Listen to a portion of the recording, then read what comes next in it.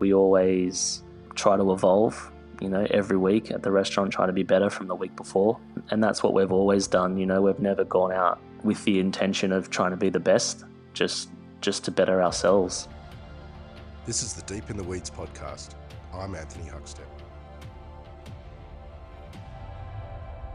Earlier in the series, Peter Gilmore said, if this is the death of fine dining, then it's the death of creativity and passion.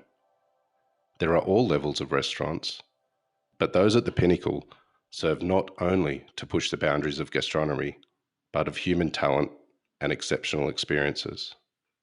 They act as inspiration, deliver aspiration, and remind us how magical life can be. Dan Puskas is the owner and chef of Sixpenny Sydney. Dan, how are you going? Good, thanks. How are you? Good. Thanks for joining us. You've got one of the best restaurants in Australia, and you turned it into a bakery and takeaway. What was that period of time like for you? I don't know. I don't know where to begin. Well, I mean, it just wasn't up to me. It was up to the whole team, and making sure, like I was sort of like stressed that people wouldn't want to have a crack and make a go of it. But I felt like we're all on the same page. And as soon as I mentioned it, everyone was super keen from the beginning. And, like it's all my thanks and appreciation goes out to, all the staff, and especially, George from the front of house who, restructured the website and, set up a, shop online where people can pre-purchase cakes. Georgia, the sous chef in the kitchen, who just, gave 110% every day. Well, all the chefs did, and especially Aaron, who, sacrificed his time and, has a almost like I think 11 or 12-month-old baby at home at the time. It was probably about 6 months, who was getting up doing the bakery shifts, and he was, like everyone just came in blazing and just wanted to give it a red hot crack. And, it was a really special time, even though there was so much uncertainty happening, just watching everyone come together and giving it 110%. It was really special to watch, and there was almost a few times there where you just sort of like sit back and just watch everyone just dig in. And I was just really proud and thankful, that everyone wanted to chip in and do their part. You really chanced your arm and pushed the level of gastronomy in the suburbs, and when you first opened Sixpenny, and there was risks involved in that, but you've built it up to be an extraordinary restaurant and one of Australia's best. How did it feel at that time when there was so much uncertainty, having to sort of change something that you put so much energy into? How did you feel at that time? Yeah, I mean, of course, there was a lot of uncertainty. You spend about 8.5 years creating one style of restaurant, and then all of a sudden you're supposed to change it in a couple of weeks, and that's just it. That uncertainty brought anxiety, and the anxiety was stressful of not knowing what was happening, but everyone was in the same position. And I felt like just calling, I haven't rung my friends that much in a long time, but just calling people every day and seeing where they were at and what they were doing, knowing that there were so many more people in a worse position than us, about to open new restaurants, and all of a sudden they're shut down, and then no relief from rent, and just having to think on the fly, but for us, I think the biggest thing was, trying to create something new in 2 weeks when you put your heart and soul into something for 9 years. Or almost 9 years. It was, just the anxiety of it not working was a bit scary. But once we opened, and we got better every weekend, like it wasn't smooth sailing from the get-go, but, like we learned every week, and we learned fast, and we did the best we could, and we just gave it a red hot crack, so. Sixpenny is known as a real creative, collaborative sort of hub as a kitchen, and you have an amazing attention to detail as well with what you do, and to have to turn that around in 3 weeks. Was it frustrating trying to get products right to the level that you expect from that kitchen? Yeah, but at the same time, it was like a slice of carrot cake, you know. It would be a loaf of bread and all these things we make anyway on our Friday dessert day. Look, yeah, like look, a lot of all that was Aaron, like he loves baking. He was just doing, he made so many new things, like all the scrolls, all the breads, like I can't even remember. It's such a long time ago now. Like I feel like it was a lifetime ago, but like so much of that was Aaron. Like I remember just spending like ages, like weeks working on a chiffon cake, one of like, which I, from Beatrix Bakes in Melbourne, which one of my favorite places to go to in Melbourne. So I think like what happened was we just sort of said, all right, what's going to happen? What can we do? And I think we've always floated the idea that one day we wanted to open up like a little bakery slash cake shop. Just didn't know that it would happen in 2 weeks. So then like testing the waters was a really fun adventure, and it was really sort of thrilling, and it was a little bit exhilarating. Knowing after the first day that there was like a line round the corner really gave us a little bit more encouragement just to go, all right, like people have heard about this, like we've got a bit of a name in the industry, and people are willing to come.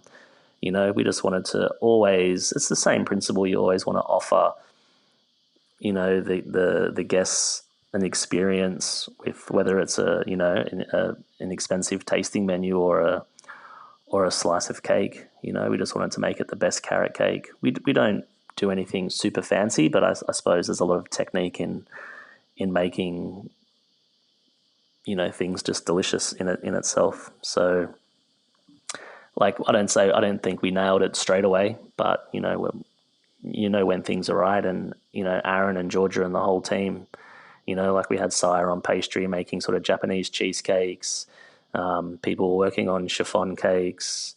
Everyone had their own sort of like little, all their own little tests going on, and then Aaron with all the doughs just going nuts like he did, was the babkas and the slices and the cakes was just, it was really special just to see it all come together. What sort of impact did that have on the team that you have there? I think everyone really enjoyed it, like especially on the weekends where we had a couple of guys cooking like pastrami rolls and bacon and egg sandwiches, and then we had produce boxes going out from the kitchen, and then like just cakes and like just Bath cheesecakes coming out of the oven. It was a different experience. I think we all just got to like let our hair down a little bit, I guess, because we just knew that we weren't being reviewed that year. So it was almost like a bit of a year of freedom, and once we knew that people were coming in and we'll be able to pay the bills and everyone was getting paid for what they were doing, like we could just let our hair down, and it's like a bit of a gap year. We can talk about the evolution of Sixpenny shortly, but is it a different restaurant after this experience of this year to what it was? I suppose no. I'd say not. I'd say we always try to evolve. Every week at the restaurant, try to be better from the week before, and that's what we've always done. We've never gone out with the intention of trying to be the best, just to better ourselves. And that's what we always continue to do and always will do, I guess. So, hopefully Sixpenny is just a better version of itself, this year. And hopefully people will see that that Sixpenny is a better version of itself next year. You have an incredible CV of starting your apprenticeship at Tetsuya's and then Oscillate Wildly, Sepia, Sixpennies. Can you tell us about your experiences with those restaurants? Yeah, I mean, where to begin? Like, there's so many years spent in these in these kitchens, and every kitchen was very different, but some of the, like obviously Martin was the head chef of Tets when I was there, and then Sepia, and then I worked with him a little bit when he was at the Boathouse as well. So obviously he was a big influence on my career. Working at Tets, I was such a young apprentice, coming from Cronulla, not really knowing what to expect in a fine dining, or in the fine dining restaurant to be at the time.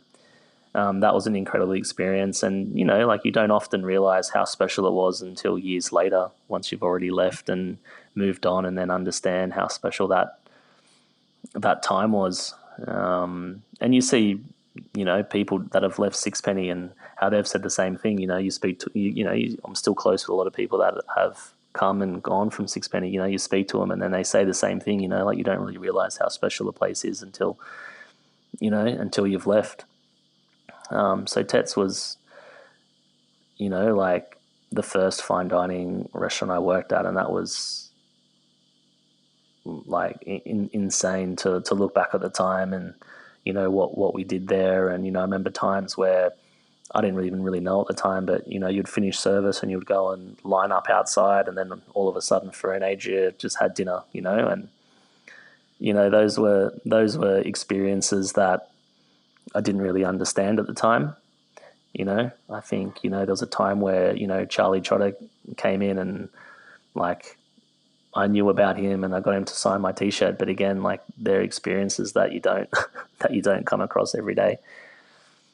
So that was really special. Obviously I love working for Martin at all his restaurants, able to grow and really become a chef working under him. But then also like the creativity at Mark Restaurant when I left Tets, and then went to like a smaller scale sort of 3-hat restaurant, like independently owned, working for Mark, and seeing how creative Pussy was. And that was, had a huge impact on my career as well. It was during that period of time you won the Josephine Pignolo Young Chef of the Year, and that led to Oscillate Wildly in Newtown. What was it like as taking your first head chef gig in a suburb not known for pushing the envelope so much with cuisine at the time, but that tiny little kitchen, and it really catapulted your career? Yeah, I think looking back on it, I was a little young. I could have definitely have done with a little bit more experience in working in other restaurants. But yeah, like I had won the award and travelled overseas, and I think I spent time at WD-50 and Alinea, like huge, very progressive restaurants. And then decided to come back, and that opportunity came up, and I took the job over from Peter Robinson. I think he's now at Flying Fish. He's worked with Phil Wood in the past, and he worked at Bilson's, and he left the kitchen, like with all the fundamentals in place. It was a pretty easy transition, and he was a great chef. But I always think I was only like 20. I can't remember, 24, 25 or 26, somewhere around there. And, definitely, applied a lot of the things that I'd learned overseas into the menus, and trying to be a little bit more progressive, but also, and I definitely made a lot of mistakes. But then I think after about a year of just running Oscillate, and we're doing like 3 courses for $55, something, like quite a cheap menu, I think we changed to degustation. And then James Parry, who came on board, like really, showed me a lot of things as well. Like I had the fine dining training, but, he really made me focus on how things were tasting. And just because this technique was quite different and no one's has seen it before, like how did the overall dish taste, so even working at a lot of fine dining places, and I felt like I had the experience to run a kitchen, like he really made me develop my palate, which I found, detrimental at the time as well, Do you remember any dishes from that period of time that you like fondly, that you were really proud of at Oscillate? Probably not. Probably too embarrassed to talk about them, to be honest. Yeah. Yeah, obviously it's a very, at Sixpenny now, it's a very different focus, just focus on the best ingredients that we can get our hands on, just make things taste delicious. And, like, I guess, we have our service is quite fine dining, but, we're a restaurant that doesn't have too many bells and whistles, we just rely on, good food, friendly service, and want to welcome people into our own home. Yeah. So like the philosophy of Sixpenny is very different from Oscillate. I think Oscillate was a bit more, molecular, using, things like Versa whips and making like, freezing purees in sheets and then like ripping them off like puzzle pieces and then like melting them back onto the plate, like a little bit more technique driven, and like I remember we used to like we didn't have sous vide was big in, we used to sous vide at Tets, but then it was before it was sort of trendy. And then it became huge, everyone was like cooking sous vide, but at Oscillate we just had like set up like a gastro tray with water. We put a baking rack in the bottom of it, and then we had like Ziploc bags, and we put the beef in it. I remember putting the beef rump in it. We'd put oil, salt, pepper, thyme, and then you would dip the Glad bag like in a pot of water to push all the air out. And as the water rose to the bag, then you would just Ziploc it, And I remember and then in the gastro tray, we'd just leave it on like the burner on quite low, and then would like sous vide all our meats like that, So it was a very rustic way of trying to use new techniques without having the fancy equipment. So like I remember those experiences, which were really fun, But in terms of dishes, I don't think there's anything that I'm super proud of. Probably a lot more that I'm not proud of. Yeah.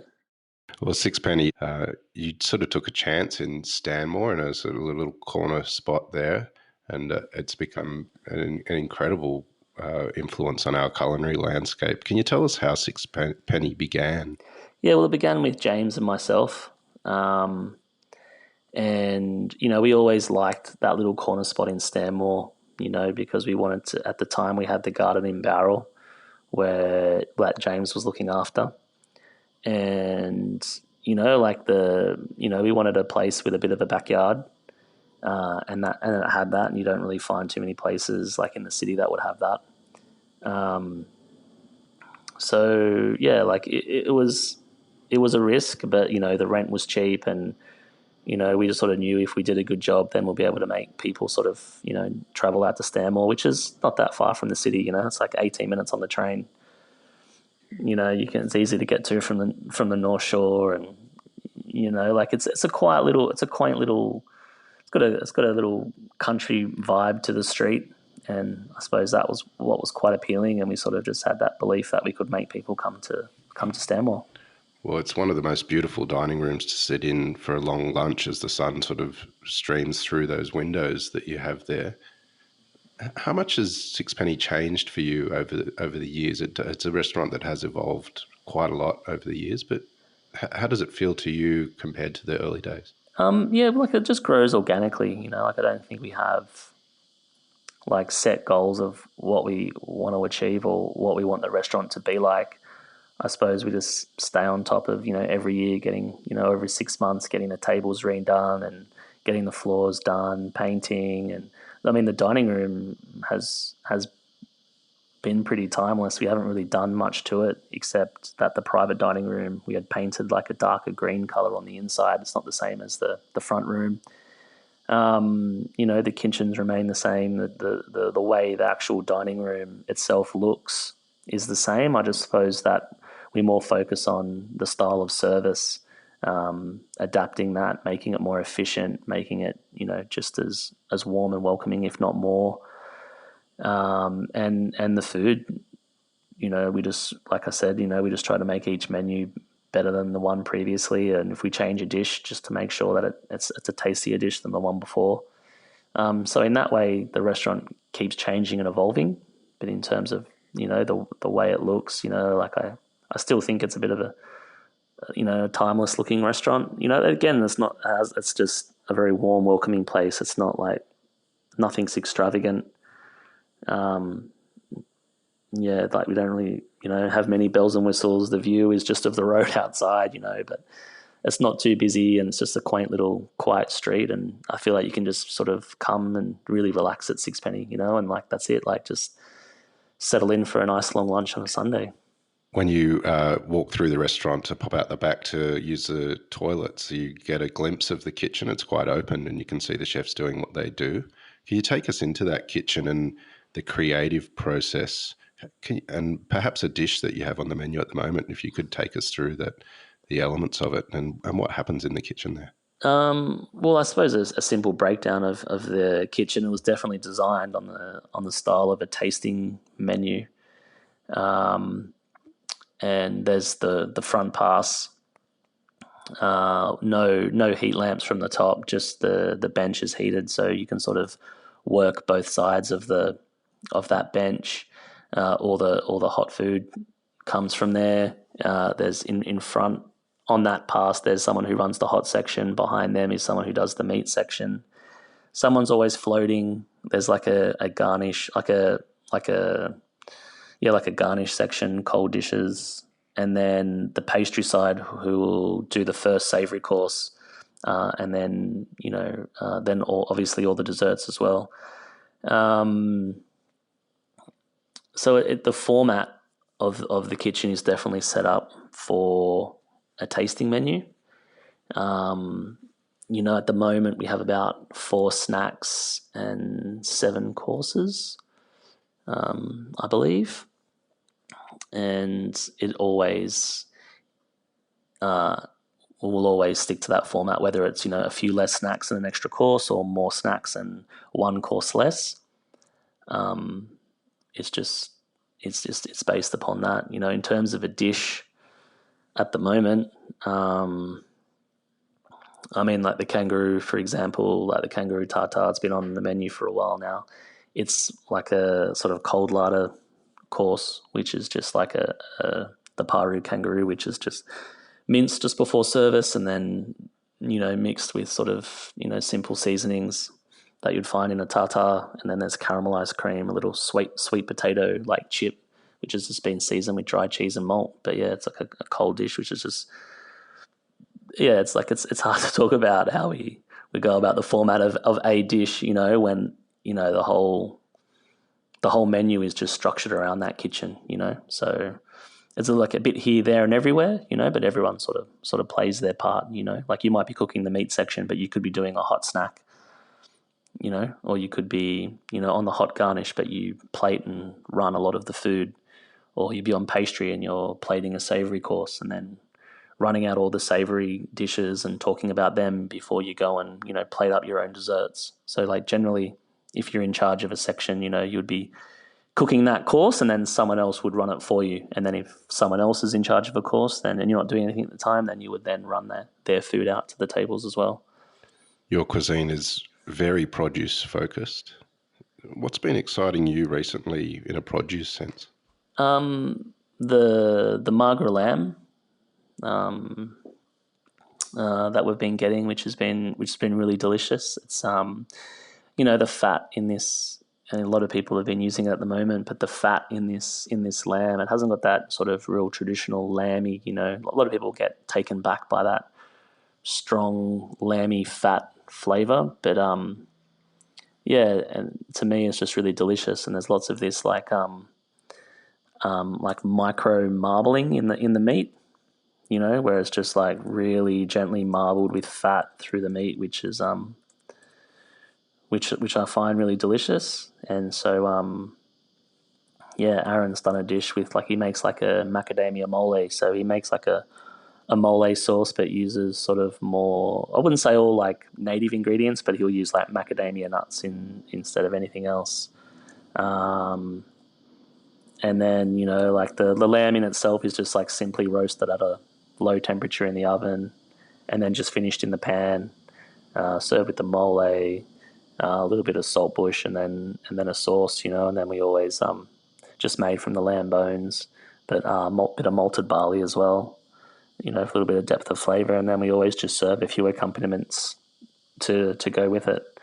And I find that that's something that I'm really into, at the moment as well, is like serving something like quite clean and simple on the plate, but then having a few little accompaniments, which you'd normally see in like an a la carte style setting, but then seeing in a tasting menu. Yeah. Your desserts often have a thread of nostalgia through them, and they're often quite playful. Can you tell us about some of them and why you head down that path? I don't know. Like, I think we just try to create things that just taste delicious, and like, so like, there's a dessert that I've been working on now for a month or two, and it came about because I had a lunch. As soon as the borders were open, I was down in Melbourne, and I had lunch at Amaru. And I love Clinton's food, and Clinton has been able to come to Sixpenny a few times, and I've never had the chance to get down there. And it's a place that I've been really had my eye on, because just the way he presents his food is really delicious. I always found that in the rankings and in terms of restaurants in Australia, he should be a little bit higher than where he was, and always was like worried about, like, not worried, but always just thought to myself, like, like, why has he sat where he is, and he's not higher, because his food looks so technical and beautiful, and it was such an amazing experience. Like, every dish was as delicious as it looked, and there was one dessert he did with like a caramelized banana puree with like this macadamia cream, and then I'm probably going to like butcher the description because I can't remember the description. And then there's this ice cream, and then this sort of like sauce that was just like, foamed over the top. But I just remember, like, years and years ago, I've always wanted to do a dessert with like roasted banana, and never really found a nice way of doing it until I had this banana dessert at Amaru, and I was being a little bit cheeky and asking them how they did that banana component. And so like, we got these bananas and we like stud them with cloves, and then we roast them in the oven, and then we get that. Then we make a caramel with brown sugar, and then deglaze it with an alcohol, and then throw the roasted banana in, and then we just like cook that out and caramelize it, and then just puree it together. So it makes this sort of like banana jam, this like caramelized banana jam with like a really strong sort of roasted banana flavor.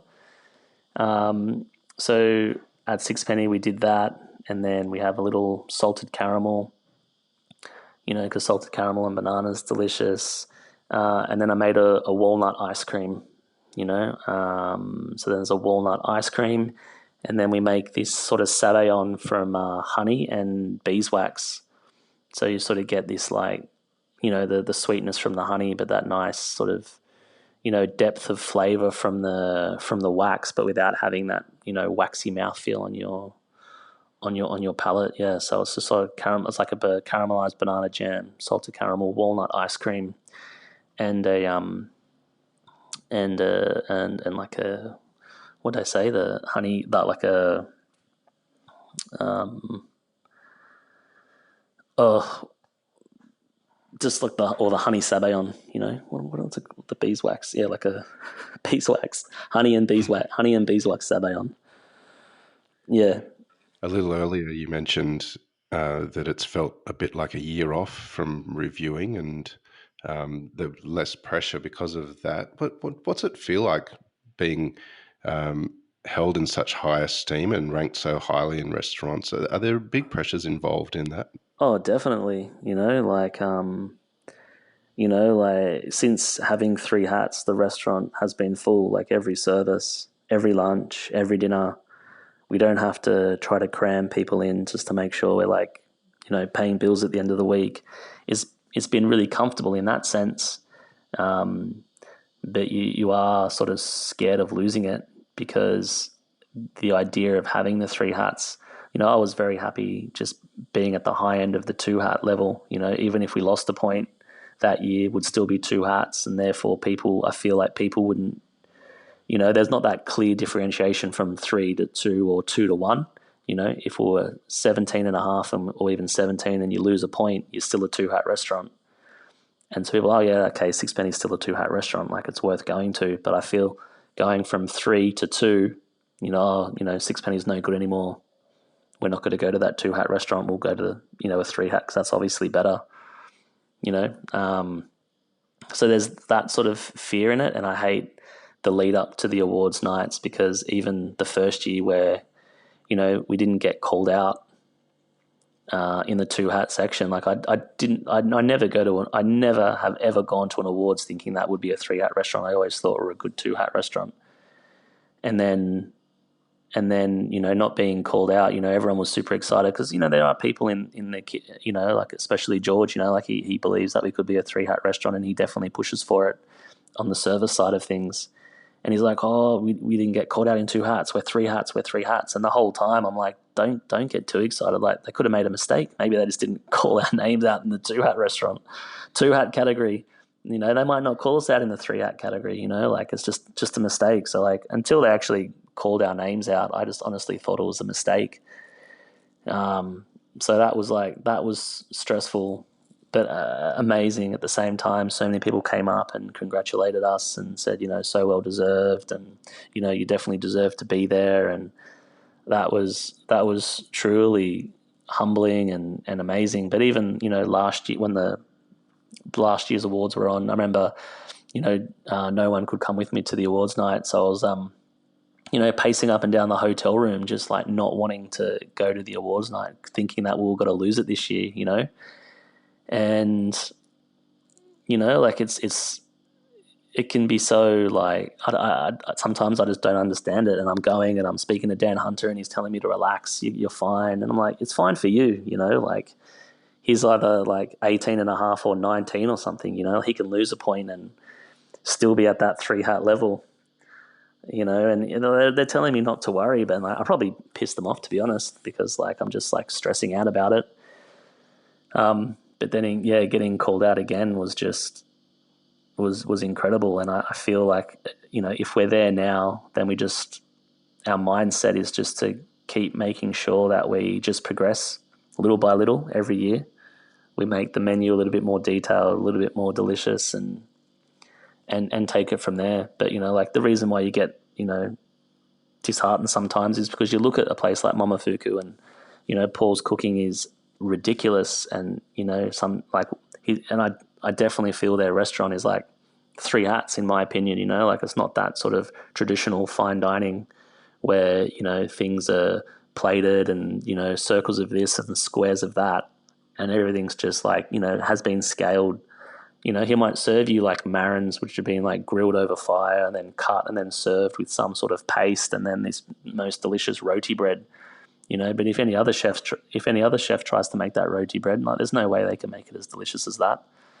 And then 1 year they're 3 hats, and then last year they lost it. And it's like, it's, to me, like, I'm not a reviewer. I don't know what happens on the nights when they're there.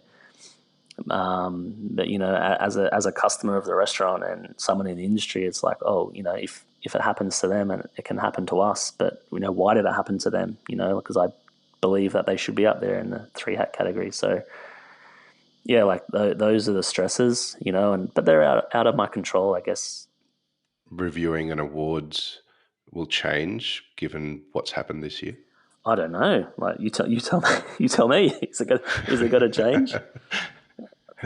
I don't know. It's a good question. Like it's definitely made me think about it. And like having that little bit of not having to be so critical of myself this year.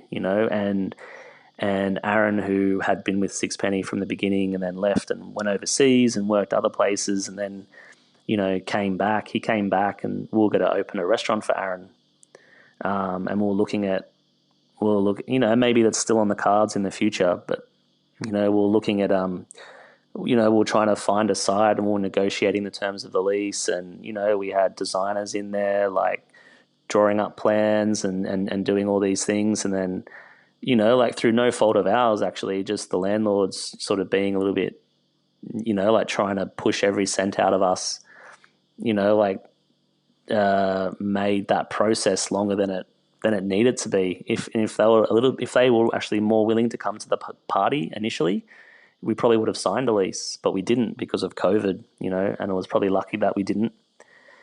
And then, then with the whole bakery going so well, Aaron's like, oh, why don't we do like a little cake shop / bakery, and like we had always talked about, like it was always on the cards, but we felt like opening a restaurant for Aaron first was a little bit more important. But, now we're sort of more looking into, maybe opening a little cake shop / bakery that offers some sort of savory food during the day as well. So it was definitely some pluses have come out of this, and just being able to focus on that and not being so stressed at work, knowing that we could be, people, I'm sure maybe people have come and reviewed us this year, but knowing that there wasn't going to be an awards night, sort of felt like there was a little bit of pressure off us, You mentioned that once the borders opened, you took the opportunity to go and dine at Amaru. With the borders being closed for a lot of the year, what have you missed about travelling? Well, the freedom to travel is like my partner lives in Melbourne, so she lives and works in Melbourne, so it was hard to didn't see her for like almost 4 months. Wow. So that's hard, I suppose then the borders being open, being able to go down there when I need to see her or for her to come up to here, that's probably the one and only thing that I care about. So after the events and changes of this year, we're drawing to an end for the year, for 2020. What are your hopes for 2021? My hopes, hopefully we can open up this little cake shop / bakery for Aaron, just so I can see some of the chefs just move and get more experience. Like he's been with us for a long time. I just want to still see him be motivated. He's pretty keen on doing this, so I really would like to get that up and running for him. See my sous chef Georgia step up and take his role. I suppose for me in 2021, like I'm really excited just to. I know it sounds a bit weird, but not to mentor people, but just to like coach them through working in the industry and trying to like maintain relationships with my staff and help them grow, and if we can do that and open another business at the same time, I'd be very happy. And, hopefully if we can sort of move also, and saying that if we could move that 1.5 meter gap between tables, which is very confusing and not many people stick to, it'd be nice if we could sort of abolish that, then, we'll be able to be at full capacity again. Well, Dan, it's been amazing hearing your story today on Deep in the Weeds. Please keep in touch and we'll talk again soon. Thank you very much. And if there was, one thing that I could just say in closing is normally when I have these interviews with people, like I really just want to drill the fact that, like this couldn't have been done on my own, and, having the support of people like Georgia, Aaron and George really made the transition from Sixpenny into the general store like such a massive hit, like a positive sort of, change for us. It was a lot of fun and it wouldn't have happened without the hard work and dedication from them. Sometimes, the restaurant can be about, the questions are directed to me and, how I've dealt with things, but,